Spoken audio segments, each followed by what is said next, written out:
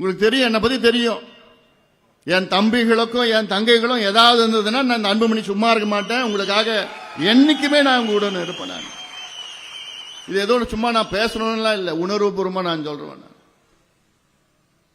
அது எல்லாருக்கும் தெரியும். வேற அதுதான் உங்ககிட்ட நான் எதிர்பார்க்கறது. இன்னைக்கு உங்களை அழைச்சி பேசுறதுக்கு காரணமே இதைத்தான். நீங்க அங்க வர போறீங்க, உள்ளாட்சியில நீங்க தான் அங்க வெற்றி பெற போறீங்க. ஆனால் அதுக்கு முன்பு வருகின்ற சட்டமன்ற தேர்தல் 2026 சட்டமன்ற தேர்தல் நம்முடைய கூட்டணி வெற்றி பெற வேண்டும். விரைவில் நாம் மிகப்பெரிய ஒரு மெகா கூட்டணியை அமைக்க இருக்கின்றோம். மிகப்பெரிய ஒரு கூட்டணி, நம்ம கூட்டணி தான் 100 விழுக்காடு வெற்றி பெற போகுது. அது வேற மாற்று கருத்து கிடையாது. அதுல ஒண்ணு மட்டும் உறுதி ஆயிடுச்சு. இன்னைக்கு திமுக படுதோல்வி அடைய போகுது. படுதோல்வி அடைய போகுது, அது உறுதி. ஏன்னா இன்னைக்கு நம்ம கட்சிக்குள்ள குழப்பம், அதுக்கு காரணமும் திமுக காரணம். இப்ப கடந்த நம்ம கட்சி தொடங்கி கிட்டத்தட்ட 36 ஆண்டுகள் ஆகிறது. வன்னிய சங்கத்தில் கிட்டத்தட்ட 45 ஆண்டுகள். இந்த 50 ஆண்டுகளாக 60 ஆண்டுகளாக திமுகவுடைய சூழ்ச்சி என்னன்னா, வன்னியர்களையும் பட்டியலின மக்களையும் சேர விடாம பாத்துக்கிறது. சூழ்ச்சி செய்து 2 சமுதாயம் சேரக்கூடாது. சேராம இருந்தா அவங்க வெற்றி பெறுவாங்க. இங்க ஒரு கொளுத்தி விடுறது, அங்க போய் வேற கொளுத்தி விடுறது, சண்டையை மூட்டி விடுறது, இவங்க சொன்னாங்க அவங்க சொன்னாங்க, இப்படி மாத்தி மாத்தி மாத்தி மாத்தி சொல்லி சொல்லி இந்த 2 தமிழ்நாட்டில் உள்ள 2 பெரிய சமுதாயம் சேர விடாம பாத்துக்கிறது யாருன்னா இந்த கேடுகட்ட திமுக. இது உங்களுக்கும் தெரியும், எல்லாத்துக்கும் தெரியும். இப்போ அது எடுபடல. இப்போ அதனால என்ன பண்ணிட்டு நம்ம கட்சிக்குள்ள வந்துட்டாங்க. நம்ம கட்சிக்குள்ள குழப்பம் பண்ணணும், நம்ம கட்சியை பலவீனப்படுத்தணும், குழப்பம் உள்ளக்குள்ள குழப்பம் பண்ணணும்னு சரியா கைகூலிகள் வச்சிருக்கிறான் திமுக காரன். இந்த கைகூலிகள், இந்த துரோகிகள், தீய சக்திகள் எல்லாம் இன்னைக்கு ஐயாவை சுத்திட்டு இருக்கிறானுங்க. இப்போ அது எதுவும் பேசக்கூடாதுன்னு பாக்குறேன் நான்.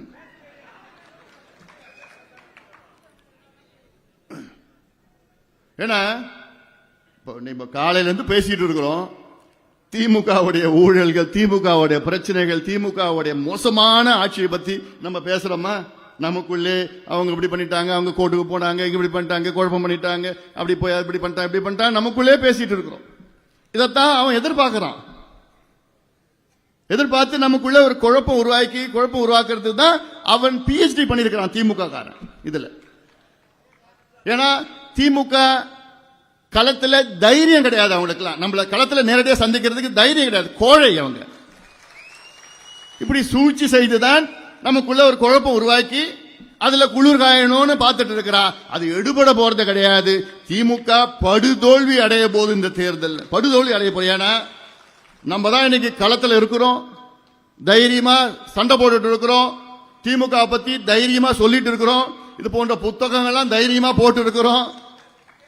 திமுகவை தினம் தினம் கிழிச்சிட்டு இருக்கிறோம். நம்ம கிழிக்கிறோம், அவங்க முகத்திரையே கிழிச்சிட்டு இருக்கிறோம். அதை எதிர்கொள்ள முடியாது அவங்களால. அதனாலதான் இப்படி ஒரு சூழ்ச்சி பண்ணி நம்முடைய கட்சியினுடைய துரோகிகள். நானும் சரி இதுவும் கடந்து போகும், இதுவும் கடந்து போகும். நானும் எவ்வளவு தாங்கிட்டு இருக்கிறேன், எவ்வளவு அவமானங்கள்ல பட்டு இருக்கிறேன், எவ்வளவு அசிங்கப்பட்டு இருக்கிறேன், மன உளைச்சல், தூக்கம் இல்லாத நாட்கள். எதுக்கு நான் இவ்வளவு என் மனசுல சுமந்துட்டு இருக்கிறேன்? ஏன்? உங்களுக்காகத்தான், இந்த கட்சிக்காகத்தான், இந்த சமுதாயத்திற்காகத்தான். இவ்வளவு காலமா நானும் சரி இதுவும் கடந்து போகும், அமைதியா நம்ம மாட்டும் வேலையை பார்த்துட்டு போலாம். ஆனாலும் இன்னைக்கு ஐயா என்ன மாதிரி மனநிலையை வந்துட்டாரு, எந்த மாதிரி மனநிலையை கொண்டு வந்துட்டாங்க பார்த்துக்கீங்களா இந்த துரோகிகள்லாம். இந்த துரோகிகளை ஒரு பொழுதும் நான் மன்னிக்க போவது கிடையாது, ஒரு பொழுதும் நான் மன்னிக்க போவது கிடையாது. நானும் சொன்னாங்கல்ல, பார்த்துட்டு தான் இருக்கிறாரு, பார்த்துட்டு தான் இருக்கிறேன், என்ன நடக்குமோ நடக்கும். இன்னும் ஒரு 3 மாசத்துல எவன் ஜெயிலுக்கு போறான்னு பார்த்துட்டு தான் எனக்கு போறீங்க. சும்மா விட போறதில்லை நான்.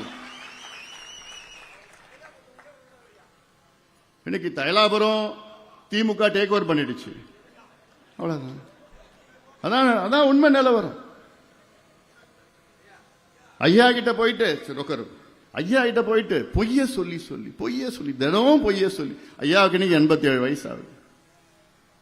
ஐயா இன்னைக்கு முதுமை வந்துடுச்சு. அது எல்லாம் அது மாற்று கருத்து கிடையாது. ஐயா நான் அன்னைக்கே சொன்னேன், இதே மேடையில் சொன்னேன், ஐயா ஒரு குழந்தை மாதிரி ஆயிட்டாரு. என்ன நடக்குதுன்னு தெரியல, சுத்தி இருக்கிறது எதுவும் தெரியல. இவங்க சொல்ற பொய்ய தான் ஐயா நம்பிட்டு இருக்கிறார். சொன்னாங்க பாரு, டெல்லியில போய் மாபெரும் ஒரு போராட்டம் பண்ணானுங்க. மொத்தமா ஒரு 30 பேர் இருந்தானுங்க. ஐயாட்ட எவ்வளவு பேர் திரும்ப சொல்லியிருக்கிறாங்க? 3000 பேரும் சொல்லியிருக்கிறாங்க. 3000 பேர் டெல்லியில போய் போராடணும். ஐயா அப்படியா, சூப்பர், நம்பிட்டு இருக்கிறார் ஐயா.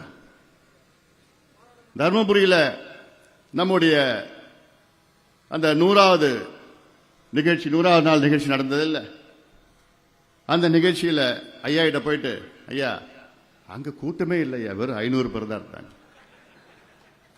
இதெல்லாம் நான் சும்மா சொல்லல, உண்மையா தான் சொல்றேன். இது ஒரு முக்கியமான நபர்கிட்ட ஐயாவே பேசியிருக்கிறார். அங்க என்ன ஒரு 500 பேர் தான் இருந்தாங்களாங்க, அங்க 25,000 பேர் வந்தாங்க தர்மபுரியில. இப்படி தொடர்ந்து ஐயா கிட்ட திண்டிவனத்தில் நான் அந்த நடைபயணம் நிகழ்ச்சியெல்லாம் போறப்போ ஐயா கிட்ட என்ன சொல்லியிருக்கிறாங்கன்னா, ஐயா அங்க வெறும் 500 பேர் தான் இருந்தாங்க, அதுக்கு 43 லட்சம் செலவு பண்ணாங்களாம். 47 தான் கணக்கு பண்ணானுங்க.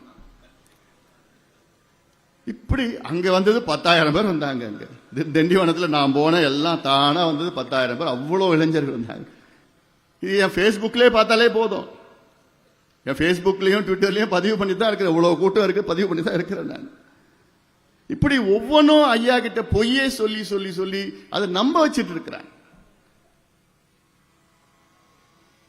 கொஞ்ச நாளைக்கு முன்னாடி நம்ம தருமபுரியில பண்ணோம் இல்லைங்களா, அந்த ஒகேனக்கல்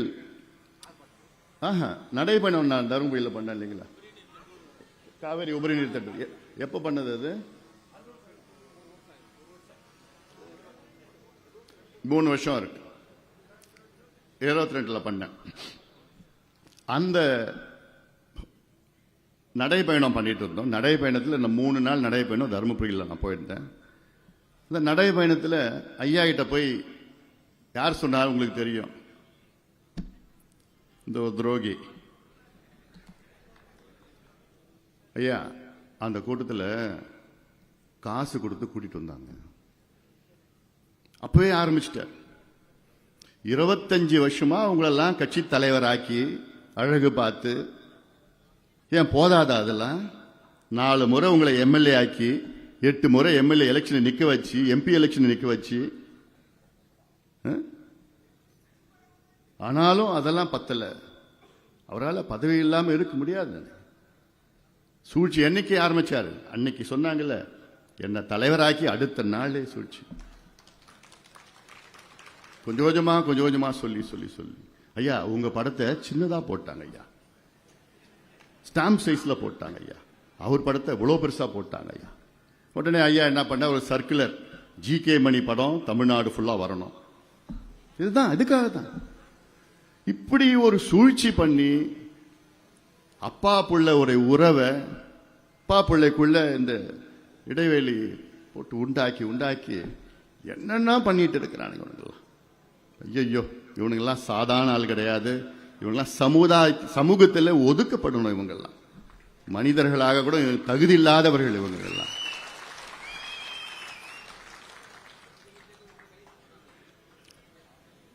இப்படிதான் ஒன்னொன்னுத்துக்கும் எவ்வளவு பொய்யேதான். அவர் ஐயா கிட்ட போயிட்டு, ஐயா அப்படி சொல்லிட்டாரு, உங்களை இப்படி பண்ணிட்டாரு, அப்படி நான் எதுவுமே நான் யாருக்கிட்டையும் எப்படியும் நான் பேச போறேன். யாராவது பேசுவாங்களா ஐயா பத்தி? பேசுவாங்களா?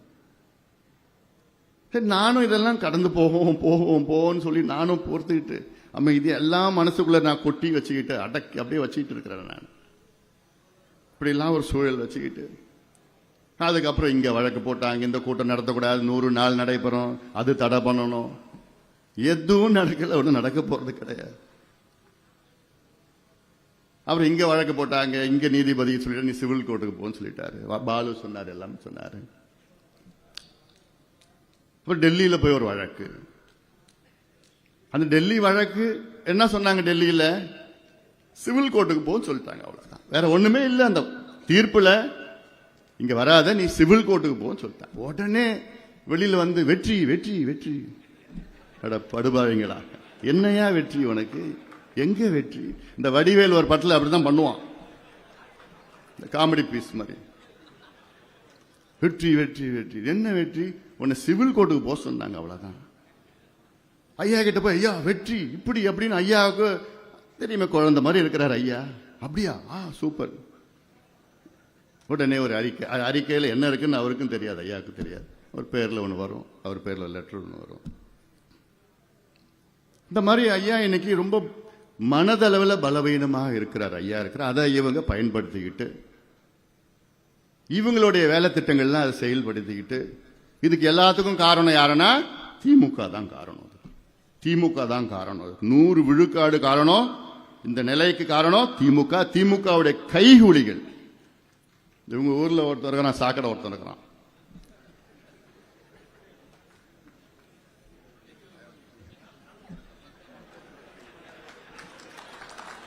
அவன் தினம் சாக்கடை, சாக்கடை எப்படி இருக்கும், அப்படி சாக்கடையா தான் இருக்கும்.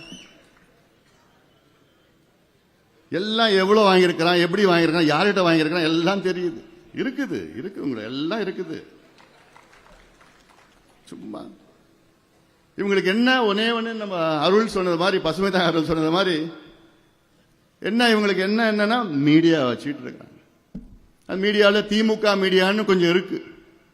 பொதுவான மீடியா நியூட்ரல் மீடியா தான். அப்படியா? நியூட்ரல் மீடியா தான் பொதுவா. அதுல திமுக மீடியா கொஞ்சம் இருக்கு.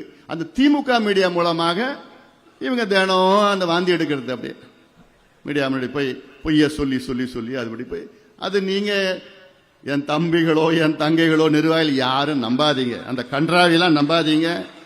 வெறும் பொய்ய சொல்லிட்டு இருக்கிறானுங்க. அது உங்க நம்பி அதை பார்த்து பதிவு போட்டுட்டு அது பதில் சொல்லிக்கிட்டு உங்க மனசுலாம் அதெல்லாம் நீ மாட்டேன். இன்னொரு 3 மாசத்துல தேர்தல் வருது. இந்த தேர்தலுக்கு நீங்கள் தயாராகுங்கள். நம்ம கூட்டணி வெற்றி பெறணும், வெற்றி பெறும், அதுல சந்தேகமே கிடையாது.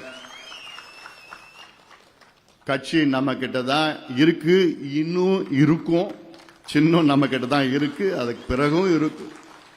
அதெல்லாம் உங்களுக்கு எந்த சந்தேகம், இப்படி இருந்தா அப்படி சொல்றான் இப்படி சொல்றான், இவங்களுக்கு வேற வழி இல்லை. பாரு எனக்கு பாரு, என் வாயிலே இவங்க அவங்கன்னு நம்ம பேச ரொம்ப உண்மையிலேயே எனக்கு கஷ்டமா தான் இருக்கு. அவங்கன்னு சொன்னா யாரு சொல்லணும்? திமுக தான் நம்ம சொல்லுவோம். அவங்க துரோகிகள், இந்த எதிரிகள் அப்படின்னு நம்ம சொல்றோம். ஆனா திமுக எதிரி, ஐயாவை சுத்தி இருக்கிறவனுங்க துரோகி. இப்படி அதனால வேற என்ன இந்த மாதிரி ஒரு கூட்ட முடியுமா, காமிக்க முடியுமா? நிர்வாகிகள் இருக்குதா, அங்க இருக்குதா? இப்படி எல்லாமே கட்சி நம்ம கிட்ட தான் இருக்கு, எல்லாம் இருக்குது. அதனால அவங்க இது மாதிரி மீடியாவில் வச்சுக்கிட்டு தான் தினம் பொய்ய சொல்லி பிரச்சாரம் பண்றாங்க. இப்போ சொன்னாங்க, மேடையில் பேசினாங்கல்ல, இவ்வளோ நம்ம நிர்வாகிகளை அடிச்சு மண்டையை உடைச்சி இங்கெல்லாம் ஃப்ராக்சர் பண்ணி கேஸ் அவன் மேல இருக்குது, அவனை கைது பண்ணலன்னா என்ன அர்த்தம்? திமுக முழுக்க அவங்கள டேக் ஓவர் பண்ணிடுச்சு. அதனால இந்த தேர்தல் திமுக தோல்வி அடைய வேண்டும், படுதோல்வி அடைய வேண்டும். அதை இங்க இருக்கின்ற அத்துணை நிர்வாகிகளும் உறுதி செய்ய வேண்டும். இன்னொருத்தர் இருக்கார், ஐயாவுடைய சட்ட ஆலோசகர். அப்பா சூப்பர் பண்றார், நல்ல நமக்காக நல்ல வேலை செய்யறார். அவர் நமக்காக நல்ல வேலை செய்யறார். ஐயாவுக்கு சட்ட ஆலோசகர் ஒருத்தர் இருக்கார், பாண்டிச்சேரிக்காரர். அவர் மேல அவங்க அண்ணன் ஒரு வழக்கு போட்டிருக்காரு, அவர் தங்கச்சி அவர் தம்பி என்ன நல்ல அபகரிப்பு வழக்கு போட்டிருக்கிறாரு. அவர் ஐயாவுக்கு அவர் என்ன யாருன்னா ஒரு மெஜிஸ்ட்ரேட்டா இருந்திருக்கிறார். இதுக்கு முன்னாடி மெஜிஸ்ட்ரேட் வேலையிலிருந்து தூக்கிட்டாங்க அவரை. எதுக்கு? கரப்ஷன் சார்ஜஸ், ஊழல் குற்றச்சாட்டு, வேலையிலிருந்து எடுத்துட்டாங்க. இவர் தான் ஐயாவுக்கு சட்ட ஆலோசகர். எப்பா இவங்கெல்லாம் கழிச்சு கட்டி எல்லாம் பண்ணி போட்டோம். அதனால இதெல்லாம் விட்டுடுங்க. இப்ப இன்னொரு 20 நாள்ல நமக்கு புத்தாண்டு, ஆங்கில புத்தாண்டு வருது. இந்த ஆங்கில புத்தாண்டுக்கு பிறகு நமக்கு பொங்கல், தை பொங்கல் வருது. இந்த கழிச்சு கட்டதெல்லாம் ஒதுக்கி ஓரம் கட்டி நம்ம தெளிவான இப்போ நீர் நம்மிடம் இருக்கிறது. அதெல்லாம் நம்ம வேகமாக நம்ம முன்னேறுவோம், வேகமாக நாம் அணுகுவோம். இந்த தேர்தல் மட்டுமில்ல, அரசியல் களத்திலே நாம் இருப்போம். அரசியல் களம் நமக்காகவே அமைந்திருக்கிறது. இன்னைக்கு பார்த்தீங்கன்னா தமிழ்நாட்டில் ஒரு வெற்றிடம் இருக்கிறது, அரசியல் வெற்றிடம் இருக்கிறது, தலைமை வெற்றிடமும் இருக்கிறது. அதை நாம் நிரப்ப வேண்டும். ஏன்னா ஒரு காலத்தில் நம்முடைய சோ கால்ட் கல்ட் ஃபிகர்ஸ் தமிழ்நாட்டில் பார்த்தீங்கன்னா நம்முடைய கர்ம வீரர் காமராஜ் அவர்கள், தந்தை பெரியார் அவர்கள், அண்ணா அவர்கள், கலைஞர், எம்ஜிஆர் அவர்கள், ஜெயலலிதா அவர்கள்லாம் இன்னைக்கு யாரும் இல்லை. அதுதான் நம்முடைய நோக்கமாக இருக்கணும். அந்த இடத்தை நாம் நிரப்ப வேண்டும், நாம் அந்த இடத்தை பிடிக்க வேண்டும். நமக்கு எல்லாம் தகுதிகளும் இருக்கு, திறமைகளும் இருக்கு, திட்டம் இருக்கு, செயல் திட்டம் இருக்கு, எல்லாம் இருக்கு நம்ம கிட்ட. அதனால இந்த சாக்கடையை பத்தி பிரச்சனைகள்லாம் விட்டுடுங்க. நம்ம மாட்ட நம்ம வேலையை பார்த்துட்டு போவோம். அவன் இப்படி சொல்லிட்டான் மீடியா பண்ணிட்டான்லாம் இல்லை. அது பிரச்சனை, எல்லா பிரச்சனையும் நான் பார்த்துக்கிறேன். என்கிட்ட விட்டுடுங்க. ஏதாவது இருந்ததுன்னா அது என்ன சட்ட பிரச்சனையா, அரசியல் பிரச்சனை நான் பார்த்துக்கிறேன். நான் உங்ககிட்ட எதிர்பார்க்கறது என்ன, களத்துல போய் அங்க இருக்கின்ற இப்ப நான் சொன்ன நிர்வாகிகள் எல்லாம் போட்டுட்டு களத்துல போய் பிரச்சாரம் பண்ணுங்க. 2 போராட்டம் நமக்கு இருக்கு. டிசம்பர் 17 அன்னைக்கு மிக முக்கியமான ஒரு போராட்டம், சாதிவாரி கணக்கெடுப்பு நடத்த வேண்டும் என்ற ஒரு போராட்டம். ஏன்னா திமுக தமிழ்நாட்டு மக்களுக்கு செய்த மிகப்பெரிய துரோகம் இது. சாதாரண துரோகம் கிடையாது, அனைத்து சமுதாயங்களுக்கும் செய்கின்ற துரோகம் இது. திமுகவை தவிர அனைத்து தலைவர்களும் அழைக்க வேண்டும் என்று இங்க நம்முடைய நிர்வாகிகளுக்கு நான் அங்க அறிக்கை விட்டிருக்கின்றேன். நான் அவங்க போய் அழைப்பு கொடுத்திருக்கிறாங்க, எல்லாருமே பார்த்திருக்கிறாங்க, எல்லாருக்கும் அழைப்பு கொடுத்திருக்கிறாங்க. எல்லா கட்சிகளுக்கும் திமுகவை தவிர அனைத்து கட்சிகளுக்கும் நம்ம அழைப்பு கொடுத்திருக்கிறாங்க. யார் யார் வராங்க பார்க்கலாம். நம்முடைய வேலையை நம்ம செஞ்சுட்டு இருக்கிறோம். நம்ம அதன் பிறகு ஜனவரி 29ஆம் தேதி மாபெரும் போராட்டம். அது அந்த போராட்டத்தை நீங்க மறக்காதீங்க, முக்கியமான போராட்டம். இந்த போராட்டத்தில் திமுக வன்னியர்களினுடைய எதிரி, துரோகி அப்படின்னு ஒரு எண்ணத்தை, இந்த செய்தியை எல்லா கிராமத்துக்கும் நீங்க கொண்டு போங்க. சாதாரண துரோகம் பண்ணல வன்னியர்களுக்கு திமுக. உச்சநீதிமன்றம் தீர்ப்பு வழங்கி 3.5 ஆண்டுகள் ஆகிறது, கிட்டத்தட்ட 1350 நாட்கள் ஆகிறது. ஆனாலும் இன்னைக்கு வரைக்கும் வன்னியர்களுக்கு இடஒதுக்கீடு நான் கொடுக்க மாட்டேன் பிடிவாதமா இருக்கின்ற முதலமைச்சர் ஸ்டாலின் அவர்களுக்கு நாம் பாடத்தை புகட்டுவோம். இப்போ இந்த இடஒதுக்கீடு பிரச்சனை கூட இதுல யார் தெரியுமா துரோகம் பண்ணிருக்கா அதிகமா? இந்த ஜி.கே. மணி. எப்படி தெரியுமா? நான் ஐயா கிட்ட சொன்னேன். நான் உச்சநீதிமன்றம் தீர்ப்பு வந்து கிட்டத்தட்ட 3 மாசம், அப்புறம் 6 மாசம், அப்புறம் 1 வருஷம். ஐயாட்ட சொன்னேன், ஐயா நம்ம போராடலாம், களத்துல போடலாம், ஏன்னா நம்ம யாருன்னு காமிக்கணும். உடனே இவர் என்ன பண்ணிட்டு ஐயா ஐயா அவரு கொடுக்குறேன்னு சொல்லிட்டாரு. ஐயா இவர் தான் தினம் போய் பேசுறவர்கள் அங்க. ஐயா அதெல்லாம் வேணாம் ஐயா, கொடுக்குறேன்னு சொல்லிட்டாரு ஐயா, கொடுத்துருவாரு ஐயா, இப்படி பண்ணிடுவாரு ஐயா, போன்ல போட்டு கொடுக்கறது. இப்படி எல்லாம் சொல்லி சொல்லி அந்த நம்முடைய ஐயாவுடைய போராட்ட தன்மையை குறைச்சிக்கிட்டு நம்ம எவ்வளவு சொல்லி பார்த்தோம். ஐயா போற இல்லப்பா, அவர் கொடுத்துருவாருப்பா, ஜி.கே. மணி சொல்லிட்டாருப்பா, அவர் செஞ்சிடுவாருப்பா. வச்சாரு, ஆப்பு வச்சாரு ஸ்டாலின். இப்படி ஐயாவை அப்படின்னு, ஏன்னா இது சாதாரண துரோகம் கிடையாது, இந்த சமுதாயத்துக்கு செய்கின்ற துரோகம் இது. இல்லைன்னா நம்ம இந்த போராட்டத்தை என்னைக்கு நம்ம வச்சிருப்போம்? 2 ஆண்டுகளுக்கு முன்பு இன்னைக்கு போராட்டம் பண்ணினா இந்நேரம் கொடுத்துட்டு வேற வழியில் கொடுத்துட்டு இருப்பாங்க. இப்படி இவ்வளோ துரோகம் சூழ்ச்சிகள் பண்ணி ஐயா தம்பி ஸ்டாலின் எப்படியாவது கொடுத்துருவாரு ஐயா சொல்றது நம்பிக்கையில் இருந்தார் ஐயா. ஏன்னா இவரு அப்படி பற்றி சொல்லி சொல்லி சொல்லியே அப்படி கட்டுப்படுத்திட்டார். எவ்வளவு இருக்கு, நான் இன்னைக்கு சொல்லணும்னு இருக்கு. ஆனாலும் மனசுல இன்னும் நிறைய இருக்கு, அது பார்த்துக்கலாம். அதெல்லாம் நான் என் மனசுக்குள்ள இருந்துட்டு போட்டோம்.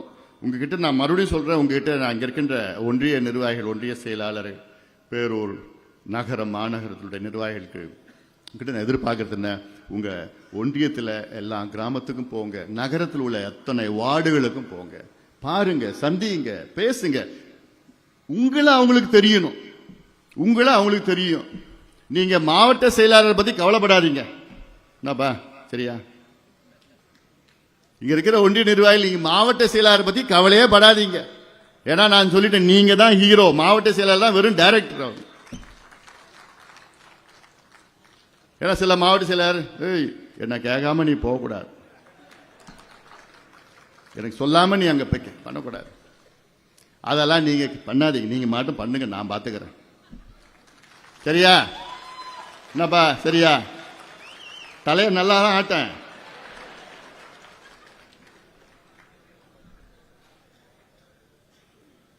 ஏன்னா மறுபடியும் சொல்றேன், ஒன்றிய நிர்வாகிகள், ஒன்றிய செயலாளர், நீங்கள் தான் நம் கட்சியினுடைய ஹீரோ, நம் கட்சியினுடைய அடித்தளம், ஃபவுண்டேஷன் நீங்க தான். உங்களை நம்பி தான் கட்சி இருக்கு. அந்த வகையில் நீங்கள் அந்த பொறுப்பை நீங்கள் அதை உணர வேண்டும். பொறுப்பு நம்ம வச்சிருக்கிறோம்பா, நம்மளால தான் இந்த கட்சி இருக்குன்னு அந்த பொறுப்பு உண்மைதான். அது அந்த பொறுப்பை நீங்கள் உணர்ந்து பணியாற்றுங்கள், வேகமாக வேலை செய்யுங்கள், கடுமையாக அங்கே உழையுங்கள். இன்னும் 2 மாசம் தான் இருக்கு. 2 மாதத்துல இந்த சொல்ற இந்த நிர்வாகிகள், பொறுப்பாளர்கள், பூத் ஏஜென்ட் எல்லாம் பண்ணுங்க. இந்த போராட்டம் 2 போராட்டத்தில் கிராம கிராமமா போங்க.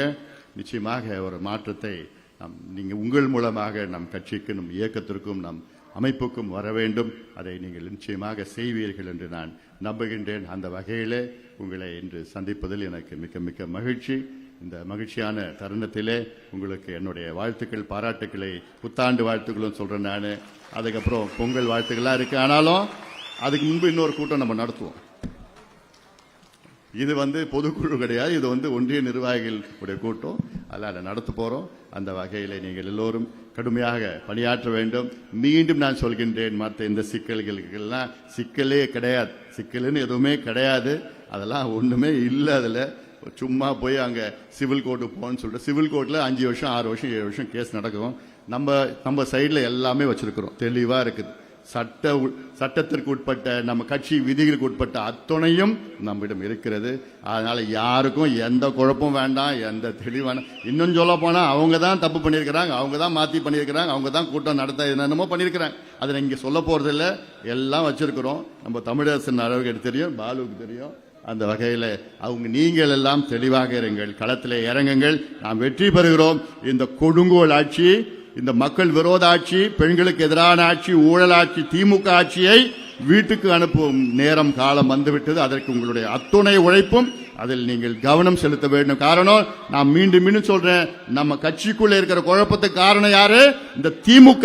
இந்த திமுகவை நாம் வீழ்த்த வேண்டும், களத்திலே வீழ்த்தி இந்த ஆட்சியை வீட்டுக்கு அனுப்பி இந்த ஆட்சியை துரத்தி அடிக்க வேண்டும் என்று இங்க இருக்கின்ற அத்துணை பாட்டாளி சொந்தங்கள், அத்துணை நிர்வாகிகளுக்கும் என்னுடைய பணிவான வேண்டுகோள் வேண்டுகோள் வேண்டுகோள். நீங்கள் எல்லோரும் களத்திலே இறங்கி நாம் எல்லோரும் வெற்றி பெறுவோம், வெற்றி பெறுவோம், வெற்றி பெறுவோம். நன்றி.